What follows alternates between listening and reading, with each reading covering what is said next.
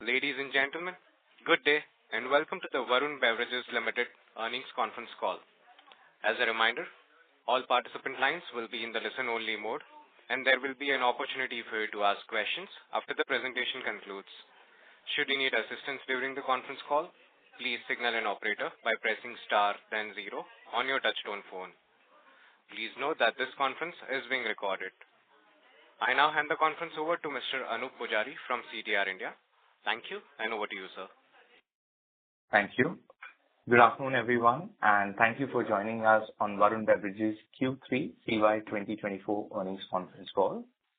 We have with us Mr. Ravi Jaipuria, Chairman of the company, Mr. Varun Jaipuria, Executive Vice Chairman and Whole-Time Director, and Mr. Raj Gandhi, Group CFO and Whole-Time Director of the company. We'll initiate the call with opening remarks from the management, following which we'll have the forum open for a question and answer session. Before we begin, I would like to point out that some statements made in today's call may be forward-looking in nature, and a disclaimer to this effect has been included in the results presentation shared with you earlier. I would now request Mr. Ravi Jaipuria to make his opening remarks.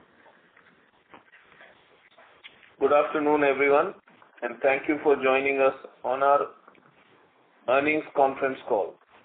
I hope all of you had the opportunity to go through our results presentation that provides details of our operational and financial performance for the third quarter and 9 months ended 30th September 2024. We are pleased to report another strong quarter despite the challenges posed by excessive rainfall in India. We achieved consolidated revenue growth of 24.1%, including contribution from DevCo, driven by our expanded distribution network, increased product penetration, and favorable demand trends in key markets. Enhanced operation efficiencies led to an improvement of 117 basis points in our EBITDA margins, resulting in a robust 30.5% growth in EBITDA and a healthy 22.3% growth in PAT for the quarter. On the operational front, we are excited to share the successful commissioning of our greenfield facility in the Democratic Republic of Congo, DRC, in response to strong demand and our limited presence in this region. We have swiftly ramped up the facility to 100% utilization on 3-shift basis. This performance has encouraged us to move forward with expansion plans, including backward integration and a second facility, expected to commence operations in the next calendar year. Furthermore, we are making significant progress on new facilities across India, which are on track to be commissioned before the key season next year. These developments reflect our commitment to capturing high growth opportunities and enhancing both our domestic and global footprint. As part of our commitment to long-term growth, the Board of Directors has approved a proposal to raise funds through the issuance of equity shares with an aggregate amount not exceeding rupees 7,500 crores by QIP, subject to shareholders' approval. The capital will be instrumental in supporting our growth plans, including expansion into new territories, potential strategic acquisitions, and further strengthening of our balance sheet. Overall, our focus remains on sustaining healthy growth in both Indian and international markets. The Indian market, with its growing consumption class and evolving consumer preference, continues to offer immense opportunities. Meanwhile, our global operations, particularly in Africa, are positioned to drive further growth as we capitalize on emerging demand trends and enhance our operational capabilities. Our proven execution capabilities have been instrumental in delivering exceptional value to all stakeholders, and we remain committed to sustaining this momentum well into the future. I would now like to invite Mr. Gandhi to provide the highlights of our operational and financial performance. Thank you very much. Thank you, Mr. Chairman. Good afternoon and a warm welcome to everyone joining us today. Let me provide an overview of the financial performance for the third quarter and 9 months ending 30th September 2024. Revenue from operations adjusted for excise GST grew by 24.1% year-on-year in Q3 calendar year 2024 to the level of 48,046 million. Consolidated sales volume increased by 21.9% to the level of 261.5 million cases in Q3 2024, including about approximately 34 million cases from South Africa and DRC markets. The Indian market grew by 5.7%, primarily impacted by heavy rains throughout the quarter, while international markets grew by 7.9%. CSD accounted for 75%, juice accounted for 4%, and packaged drinking water accounted for around 21% of the total sales volume in the quarter 3 of calendar year 2024. This is at a consolidated level. Non-carbonated beverages portfolio, which includes juice-based drinks and value-added dairy beverages, sports drinks, etc., in India has grown by 23.9%. This is about non-carbonated beverages in the 9 months, grown up by 23.9%. Our gross margins during the quarter improved marginally by 22 basis points, rising to the level of 55.5% from the earlier level of 55.3%. This is reflecting our continued focus on cost management. This, along with higher operational efficiencies, led to a 117 basis point expansion in the EBITDA margins, rising to the level of 24% from the earlier level of 22.8%. This is driving a robust 30.5% growth in EBITDA, which has gone to the level of 11,511 million during the current quarter. Depreciation increased by 50.2%, primarily due to the acquisition of BevCo and the establishment of new production facilities in India and the plant in DRC. Finance costs increased by 89.7%, reflecting the impact of the new capex on these facilities, the BevCo acquisition, and higher borrowing costs. PAT grew by 22.3% to the level of 6,288.3 million in the quarter 3 of calendar year 2024. This is compared to rupees 5,140.6 million in Q3 of calendar year 2023. This is driven by volume growth and improved margins. The other income in India more than doubled on account of 310 million dividend received from Sri Lanka. This is the maiden dividend declared by that subsidiary. This is for the first time and is non-taxable under the Income Tax Act. In conclusion, the company continues to maintain a solid financial foundation.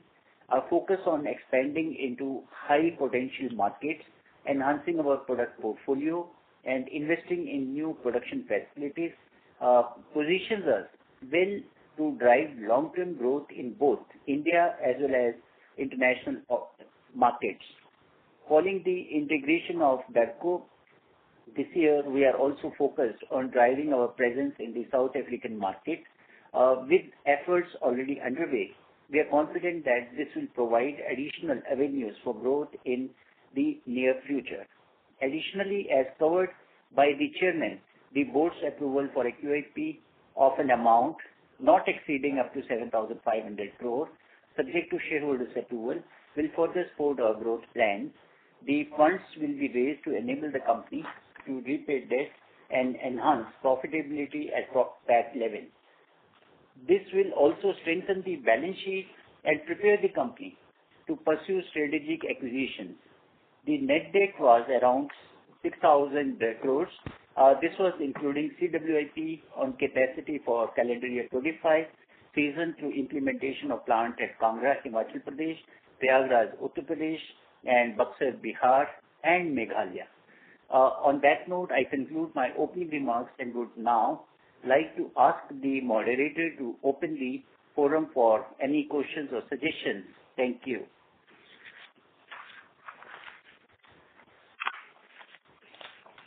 Thank you very much. We will now begin the question and answer session. Anyone who wishes to ask a question may press star and 1 on their touchtone phone. If you wish to remove yourself from the question queue, you may press star and 2. Participants are requested to use handsets while asking a question. Ladies and gentlemen, we will wait for a moment while the question queue assembles.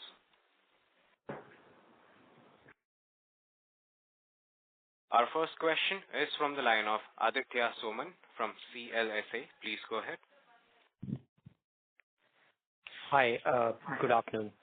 Two questions from me. Firstly, on the India volume growth, which has decelerated sharply, are there any sort of regional or brand level nuances given the relatively sharp slowdown?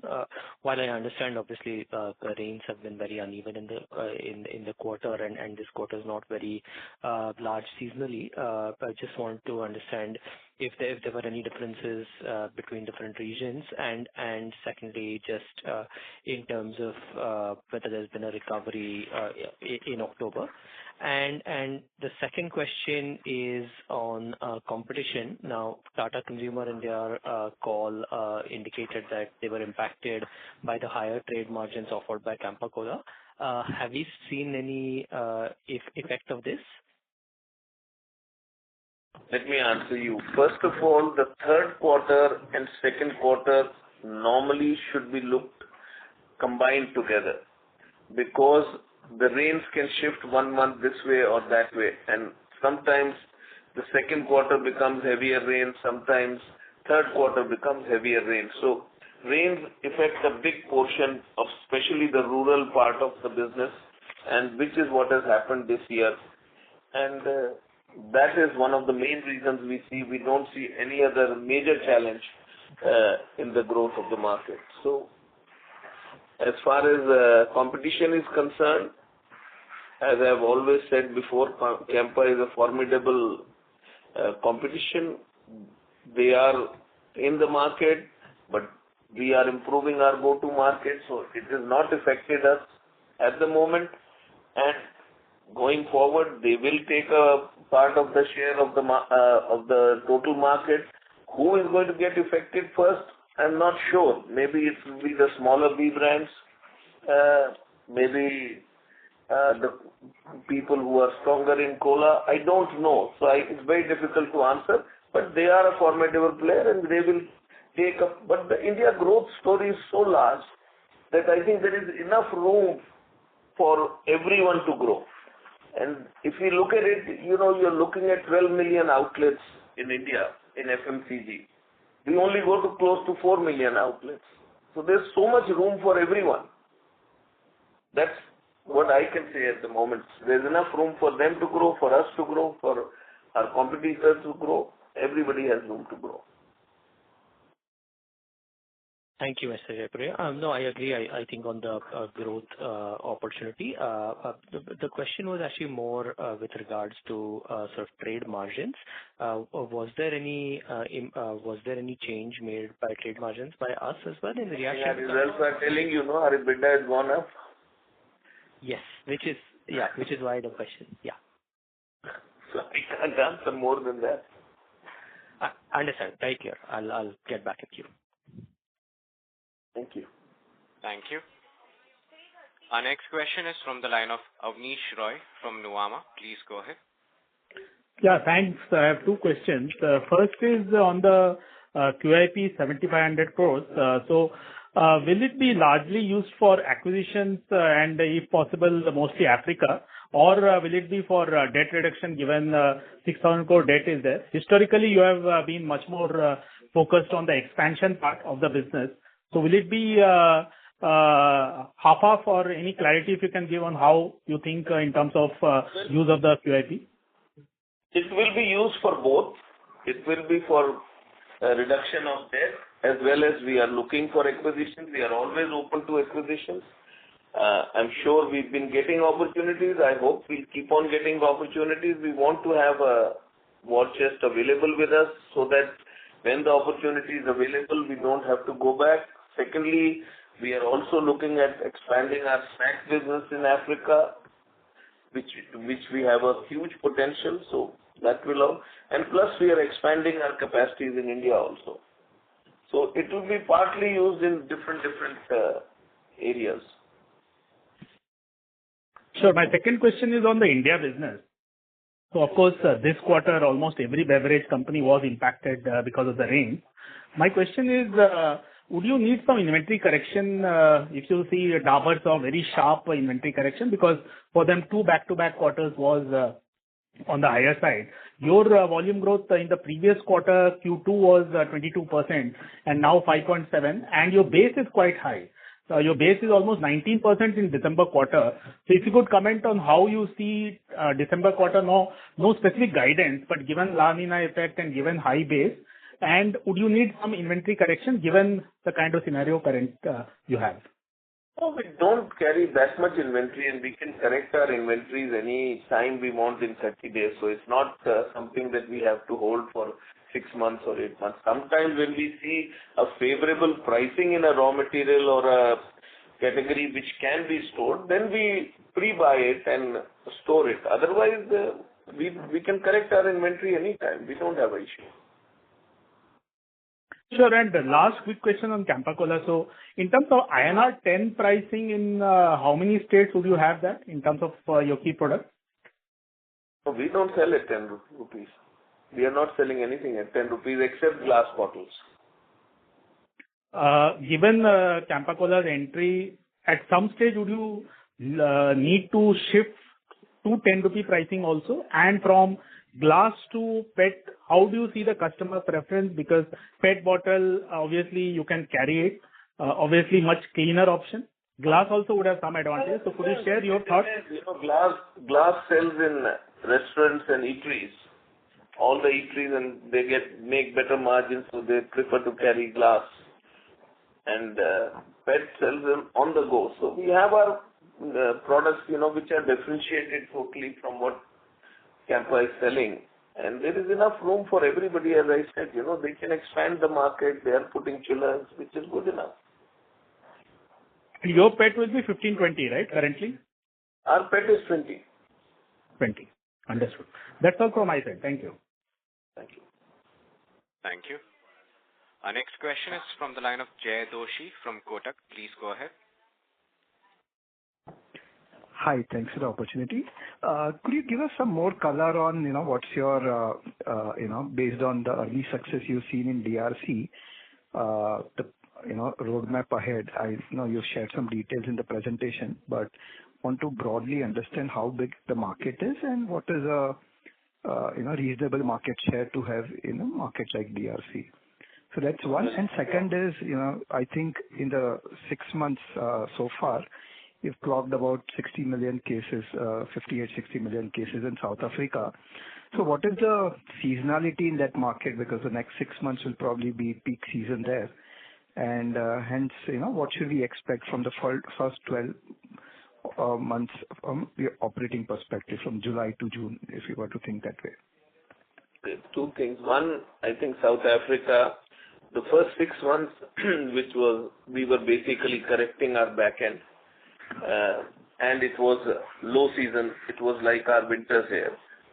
So now the peak season is starting from this October onwards till March. It is peak season, and we have corrected most of our back end. So we expect reasonable growth. I think we are improving our go-to market. So it's a bit early to say because October has just started, but I definitely believe we should do a reasonably decent job. And as far as DRC is concerned, so we have the capacities we put are sold out. So we are expanding our capacities, and which will be happening part of it will be happening in early January, February, and the balance will be in July, August. So this is doubling down of capacity at the current plant will happen in Jan Feb, and the new plant that you're opening in the other part. Overall, it will be more than doubling the capacity. Okay. And currently, it is nameplate capacity is 25 million cases, right? While you're operating 3 shifts, so you may be doing more. No, it is about 35 million cases approximately. Okay. So by this time next year, your capacity for DRC will be 70 million cases, or more than doubling is what you indicated. Should be. Could be more. Sure. And just to follow up that, so in India, typically the seasonality we see is that this first half, tends to be a little over 60% of annual sales. Is that something we should expect in South Africa as well? That the next 6 months should be more than 60-65% of annual volume? See, I can't give you exact details because this is our first year, so you need to give us little bit time to really, because we are making the changes. We are making the changes to enter the markets which were not entered properly. So hopefully, but the seasonality is 60-40, what you said. Right. Understood. And just one question more, if I may ask. Lately we are seeing, this Jeera Masala Soda seems to be doing quite well in many markets, and we see it, in some small retail outlets as well in Mumbai. What are your thoughts on, the opportunity in some, product like that, and whether, there's a case for you to have something? Hopefully we should have something next year. We are asking Pepsi, and hopefully we have Nimbu Masala Soda already, which we are launching back, and hopefully we should have something with Jeera also. But this depends on Pepsi when they are ready. Jay, it will be under PepsiCo portfolio. Yeah. See, the Jeera was not allowed by PepsiCo because of the high sodium level. So they are working on it. Understood. And how big is the market today? What? For Jeera. So I was under the impression that Lahori Jeera is very close to... It's doing well. A lot of, expanding, and it's doing well. So a lot of people are looking at this category, and we are also seriously looking at it. And I'm sure we'll come up with something next year, early next year before the season. Sure. Thank you so much. Thank you. Thank you. The next question is from the line of Devanshu Bansal from MK Global. Please go ahead. Yes, sir. Hi. Thanks for the opportunity. First question is on India gross margins, which have dipped about 120 basis points in this current quarter. So wanted to check if this is due to raw material or inferior revenue mix, if you could just highlight. The gross margin increase, you are saying? No, dip, Mr. Gandhi, in India, standalone gross margin. Yeah. So that is firstly at the gross margin level because of the raw material, that's the PET prices, which from the last year was lower. And second is the operational efficiency, which further has increased the margin at EBITDA level. Okay. And are you referring here just one second. Water. Yeah. So here there are two things, Devanshu. One is the water cost, which was earlier taken as the cost at the operating level, has been classified from last quarter into the COGS. So that has made the difference.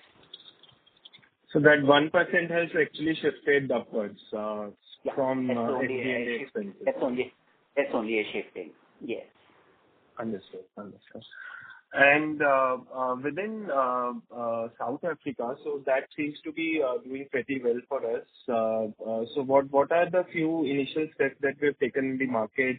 That is number one. Secondly, is the existing distribution network for foods businesses for PepsiCo in that geography also helping us? So just wanted to check on that geography specifically. No, PepsiCo's food business is completely separate than our business. We are doing our own, but we have improved our go-to-market, and that's what we are focusing, which we have done in India over the last few years. and that's what we are focusing there also. And we have corrected the back end, so the cost, the lines which were not running inefficiently, we have corrected all of them, and now all our lines are running reasonably efficiently. Understood. Last one bookkeeping question. Till June, our CWIP was about 1,200 crore. What is the number as of September end? CWIP today is around 400 crore. All these assets have been capitalized already. Okay, Mr. Gandhi. Thank you. Thank you. Thank you. The next question is from the line of Anand Shah from Axis Capital. Please go ahead. Yeah, hi, sir. Thank you for taking my question. So just on the international margins, basically, I wanted to know they've improved actually Q1Q and both YOY. I mean, and if I even look at the realization per case, it's gone up. So my understanding was after South Africa was slightly lower margin at 12-13% when you acquired it, and even realizations were much lower than the average international realization margin. So have you already started seeing improvement there? So improvement will come, we are already, so if the lines were running at 50% efficiencies, we have already corrected it to run proper efficiencies, which should happen which is in our system. So we are making sure the cost efficiencies will start coming, the advantage of bulk buying, where we buy totally together as one group, those advantages will start coming. So, and the key issue is the sales have to go up, which is the go-to market. So we've already started doing it. We have seen the improvement in September itself, and we hope now the peak season is starting that we will see this quarter onward the difference coming. So we are quite very hopeful, and we are really expecting a reasonable bump in South Africa. And DRC is also, as I said, in the first 4 weeks we have been sold out. So that's a very, we were not expecting that actually, and it's done better than what we had expected. Got. And on DRC, I mean, can you break up what was the volume between that 34 million? I mean, how much did DRC do this quarter? 5 million. We only 1 month operation, 1.5 months operation. Yeah. Got it. Perfect. And on the other parts of international business, with Zimbabwe and all, you had that transition of that sugar issue and all, that is now completely behind? You are already back to good growth? Completely gone, but Zimbabwe, that's why it didn't show a growth this year. But Zambia is doing a very healthy growth for us. I think it's growing at what? Zambia 30. It's growing close to 30% for us. Sri Lanka is growing for us. So I think overall international business is doing great for us. Okay, got it. And one last question from me for the India business. I mean, what would be, let's say, yours market share overall in the carbonated space? And let's say, I mean, with some percentage change, let's say, over 5-year period since you acquired Southwest and now, I mean, can you share any market share change that would have happened on an overall basis? But I am not very sure, but I think we are doing reasonably well. Okay.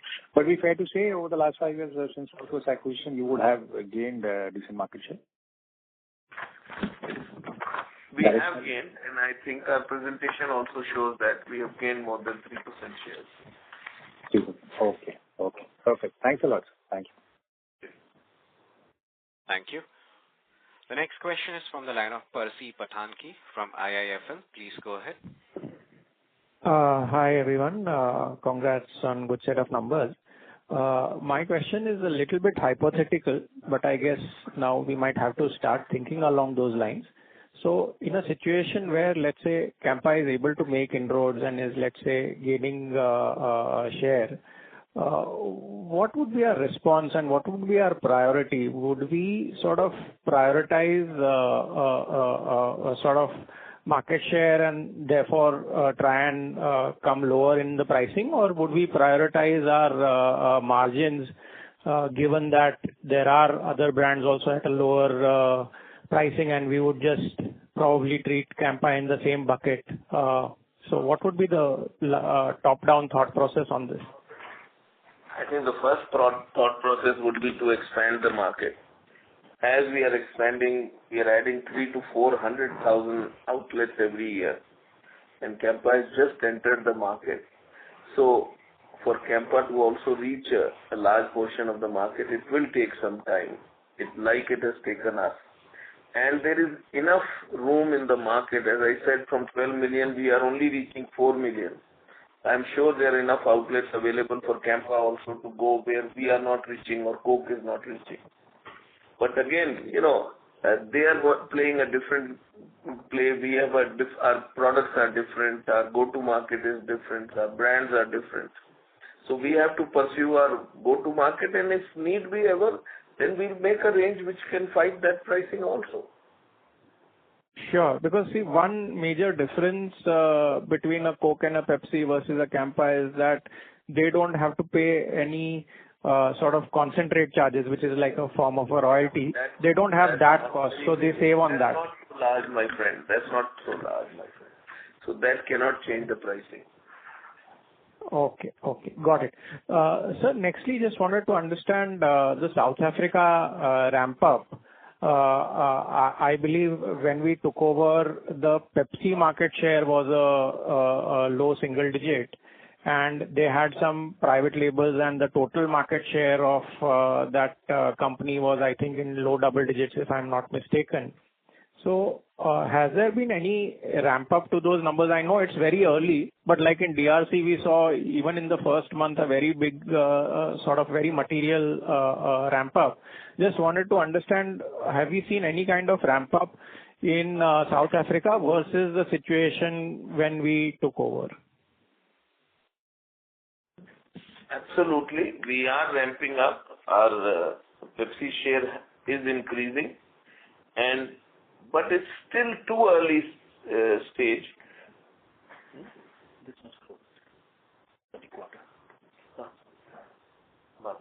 So last quarter we have grown at 12% already, and if you look at September, we have grown at 20%. Okay, and this is on a YOY basis, right? Yeah. So as we are ramping up our the system, it will take some time, but September has given us the go forward what is possible, and we are very happy with the 20% growth which we have seen in September, and the season has not even started. Got it. Yeah, that's all from me, sir. Thanks and all the best. Thank you. Thank you. The next question is from the line of Sumant Kumar from Motilal Oswal. Please go ahead. Yeah, hi, sir. So, can you talk about the overall the growth we have seen 6% volume growth? So, how's the tier 2, tier 3 cities and rural doing compared to urban? Oh, you see, when there is heavy rains, rural always gets disturbed first. So this quarter has been a very unpresidential rain. So rural has definitely got disturbed this quarter. But similarly, the second quarter, rural grew faster than the urban. So that's why I said these two quarters have to be taken together and not in isolation, because depending on the rain god, the soft drink business plays a bit of a role in India specifically. And when you talk about the margin expansion, the operational efficiency we are talking about, in last couple of quarters we have seen the benefit of low sugar usage and also the thickness of bottle. So how currently we have say 49% low sugar, and also in bottle side we are also reducing the weight of bottle. So when till what quarter we can see this kind of improvement in margin from these two activities? You'll keep on seeing improvements because all our new plants, large plants which are coming up, they are much more efficient than the older plants. Secondly, we have now tried to do a complete backward integration in our bigger plants. So there is a freight savage, we save freight on preforms, on caps. We are not transporting, we don't transport boxes. So there are minor savings, but when you start adding up, it all starts becoming a large number. So we are trying to do whatever is practical. And So, Mr. Gandhi just gave me 17 plants of ours are backward integrated. Now, that is a big difference to what it used to be. So, as we keep on, like 4 more plants are coming up now. So, all these new plants which are coming up, our cost of production is much lower. Our lines, the same lines which used to produce at one time 100 bottles and 200 bottles a minute, now are producing 800 and 900 bottles a minute. And it's the number of people required are the same. And many beverage companies, we have seen subdued performance, and some companies we have seen in beverage industry degrowth also, and we have grown 6% volume growth in domestic market. So what differentiation we have seen in our company and our business model? But I think the main thing is that one, a lot of people may not be putting enough money in the backward integration or expanding plants. So when we open a new plant, our distances come closer. We save on freight. As I said, we don't transport preforms and caps from other plants. We save on that. And at the same time, they are larger plants, so the production capability is much higher. So we don't do unnecessarily extra manpower shifts, or we are not working on Sundays if we don't need to. So you don't pay double wages. So these are all small things, but when you start adding up, they are all positive. And then, as I've said before, we are adding close to 300,000 to 400,000 outlets every year. So we are expanding our go-to market, and which is the main game in the soft drink industry. If I could reach 8 million outlets instead of 12 million outlets, then my sale would not double, but at least would go up by 50%. So, question is how fast I can ramp up the system. And lastly, the rPET size, the industry, it is a mandatory to use 30% rPET. So what is the status on that? We are under full construction. Our first plant will be under production by second quarter of next year. And we will be producing enough rPET ourselves, what we require for the government mandatory. Thank you so much. Thank you. Thank you. The next question is from the line of Nihal Jham from Ambit. Please go ahead. Yes, thank you so much and good evening to the management. Sir, I had a couple of questions on the food business. If we look at the food arrangement that we have, say, for Zambia and Zimbabwe, where we both do the manufacturing and distribution, would the business model and the way things work be similar to how the India beverage business operates? Similarly, yes. It's a franchise like we pay concentrate, we'll pay for seasoning for our snacks. So it will be the same thing for Morocco and Zambia, Zimbabwe. Morocco would be the first plant coming up. Got that. And the second question is, Pepsi's food portfolio obviously is present in much lesser number of countries versus beverages. So when we are looking at incremental opportunities as part of the QIP and potential food expansion, would it primarily be focused only in countries where Pepsi has a food portfolio, or we could be entering countries where Pepsi is not present with foods at this point in time? No, Africa, Pepsi doesn't produce anywhere except South Africa. So all the other countries are open technically, and you cannot transport air. Africa, the distances are too far, so that's why they've decided to give us to manufacture, because it doesn't work to import or to bring it from one plant to the other. It's too expensive. So slowly, wherever we can ramp up, we will try and ramp up. With the manufacturing and distribution, and not maybe only distribution, because of the limitation of transporting distribution food. Doesn't work. It's too expensive. I mean, you can do a niche product. You can go to the modern trade and just sell basics, and only the rich people can have it. But that doesn't give you the market. Understood. This is very clear. Thank you so much. Thank you. The next question is from the line of Sanjaya Satapathy from Ampersand Capital. Please go ahead. Hi, sir. Thanks a lot, and congratulations once again for a great set of result. Sir, a couple of things. So one is that this fundraising that you are doing, is it essentially to complete this transaction, that is South Africa, that is to fund this transaction? Or the company is kind of looking at some more transactions, or very lastly, like, is the company looking to become a debt-free kind of a company? If I've answered this question, we are looking at it partly reduction of debt, partly expansion, partly we are always open to new acquisitions if anything comes in our way. So we want to have a war chest ready. Got it. And sir, my last question is that though I understand that company has done great things in terms of expansion as well as cost rationalization, anything big like Sting which can be expected in next couple of years? As soon as it comes out, I'll let you know. I promise you. No, but sir, how do one think about it? Because it's a good thinking. It's a good thinking, but I promise you, as soon as it comes out, I'll let you know. We have enough things to play with, enough things to work with, and Pepsi is always innovating new things. Understood. Thanks, sir. Thank you. Thank you.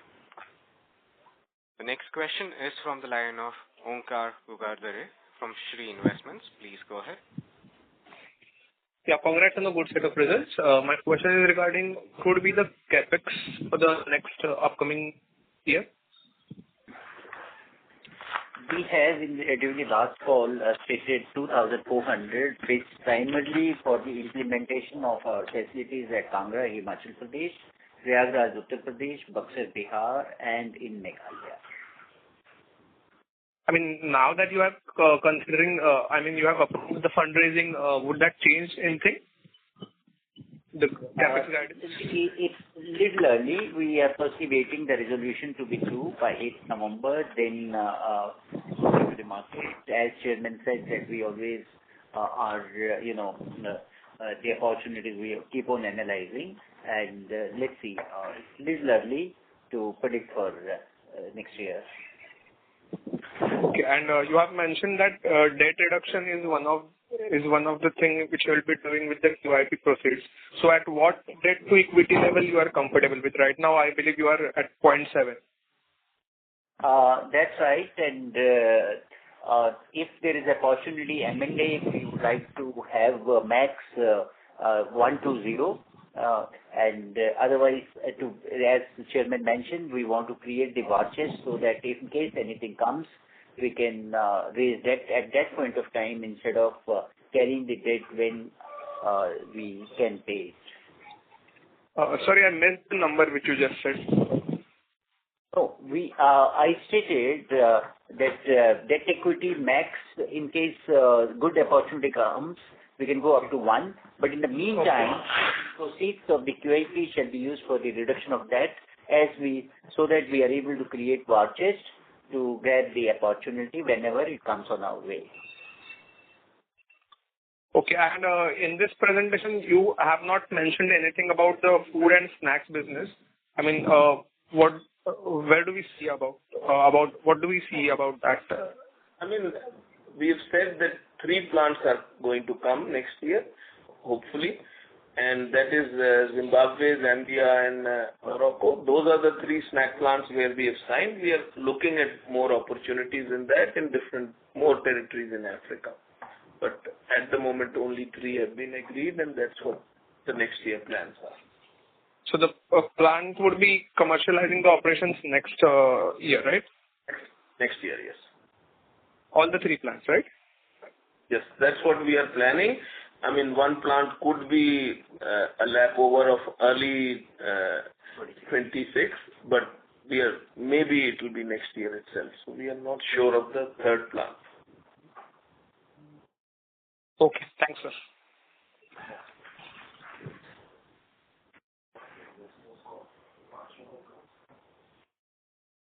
Thank you. The next question. Yeah, please go ahead. Yes, the next question is from the line of Shirish Pardeshi from Centrum Broking. Please go ahead.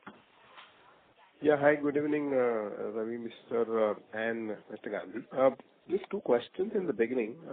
In this past commentary, there is no mention of Sting.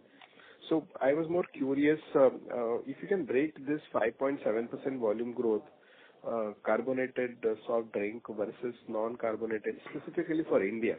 And maybe if you can give a little more color of each segment, how the growth has happened in quarter three. In fact, incidentally, all the three segments in India, CSD, juices and water, there is not much difference, have grown equally. So largely you are saying that our growth is similar because we are now expanding our distribution in South and that's why the growth is normalized. That's right. Okay. So we are just expanding the number of outlets in different areas, not only South, in North also. There's still a lot of room everywhere. As I said, and I have repeated the numbers, 12 million to 4 million is a huge scope everywhere actually.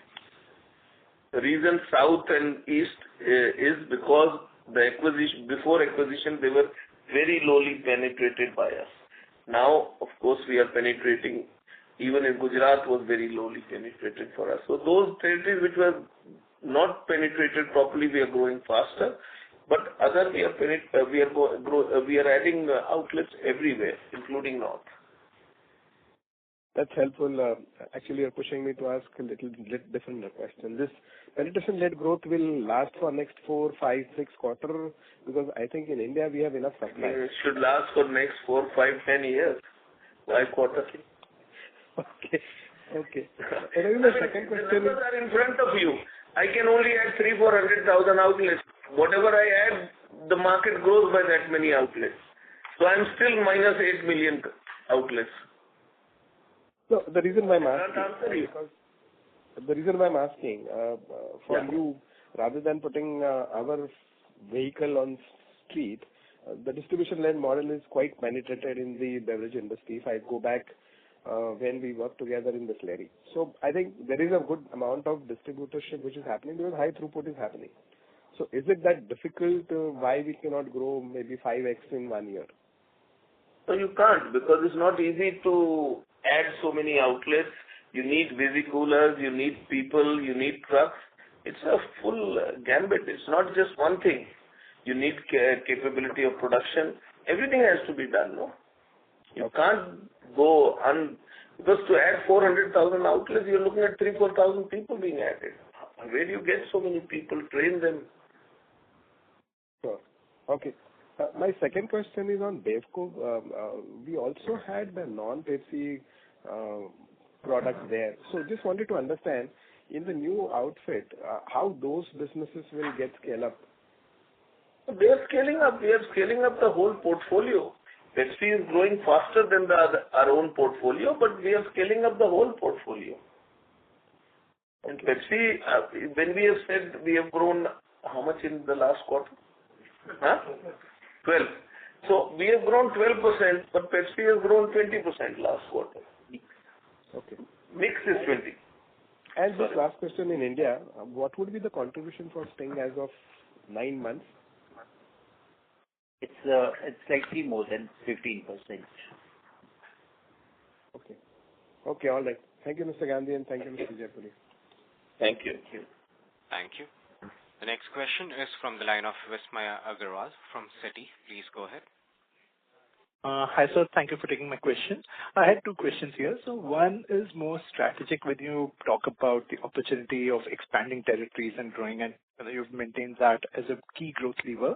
Now, in that front, where do you, which is a bigger priority? Is it expanding new territories into beverages like that you've done in Africa, or do you think that the India business itself has some white spaces in adjacent categories that you could look at? And I'm mentioning adjacent because, again, you've always maintained that you're not getting into any category that competes with PepsiCo's portfolio here. So, more separate from beverages. So, just your thoughts on that, please. Also, if you look at it, we are expanding as fast as we should in India. I mean, more than this would be really putting more capex and not getting the right return for it. So we have to make sure we keep on getting a return for our investors also in what we are expanding. And similarly, the opportunities you get outside India, Africa is the next horizon where the growth is going to come from. And going forward, next 20 years, Africa is looking very bullish. There are some challenges, but that's why we don't put all our eggs in one basket. We are going into different countries. Each country might represent 2, 3, 5% of our turnover. So one country has an issue, it cannot affect us. Got it, sir. And if I may follow up on that, so what I understand is India, you're happy with the portfolio here. While yes, you did mention earlier on the call that Jeera is say a subcategory that you could look for, but nothing beyond beverages at the moment in India, right? So it's predominantly Africa. I'm not saying anything. I'm saying right now we are doing everything which is right, and when the opportunity comes, we might look at something else. But right now, that's what our focus is, and we will not do any beverage which competes with PepsiCo. Got it, sir. Understood. Very helpful. And so secondly, on profitability in India now, the past 9 months, margins have been well ahead of something that you've done historically, well ahead of the guidance that you've maintained always. So just the question there, like, is it a time where you probably look at revising the guidance upwards, or do you see some risk in on the RM side, like we've seen this quarter? We have never given guidance upward of that. 21-22% in soft drink industry is the best you can get. We are always trying to improve on ourselves, and we'll keep on doing that, but that would not be our guidance. Got it. But sir, do you see any risk on the RM side? Because we just saw this quarter the gross margins dip a bit in the India business. So is there minor? I mean, we have not seen any major. I mean, I can't look at the world, where it's going. Suddenly the oil prices go up. I can't answer that, to be honest. That is something totally not in our hands. Or you get a complete drought year where the sugar prices go up. So, but that is also getting covered now as our portfolio is getting reduced from sugar. 49% of our portfolio is low sugar. So I think we are covering ourselves from every side. Minor changes can happen. So that's why I don't give you a guideline of more than 21, 22. Good, sir. Thank you, and that's it from me. Thank you. Thank you. The next question is from the line of Jay Doshi from Kotak. Please go ahead. Yeah. Hi. Thanks for the opportunity again. The 3 snacks plants that you're setting up in Africa, what will be the turnover at full capacity that you expect to do from these 3 units? About $100 million. This is the potential, Jay, going forward. We have, in our presentation, which was put up when this was last agreed, country-wise, the industry size in US dollars, and we have also given data, the investments, and it has in a couple of years, once these plants are operational, the potential of about $100 million USD, where the revenue from these 3 plants can go up. Sure, that's helpful.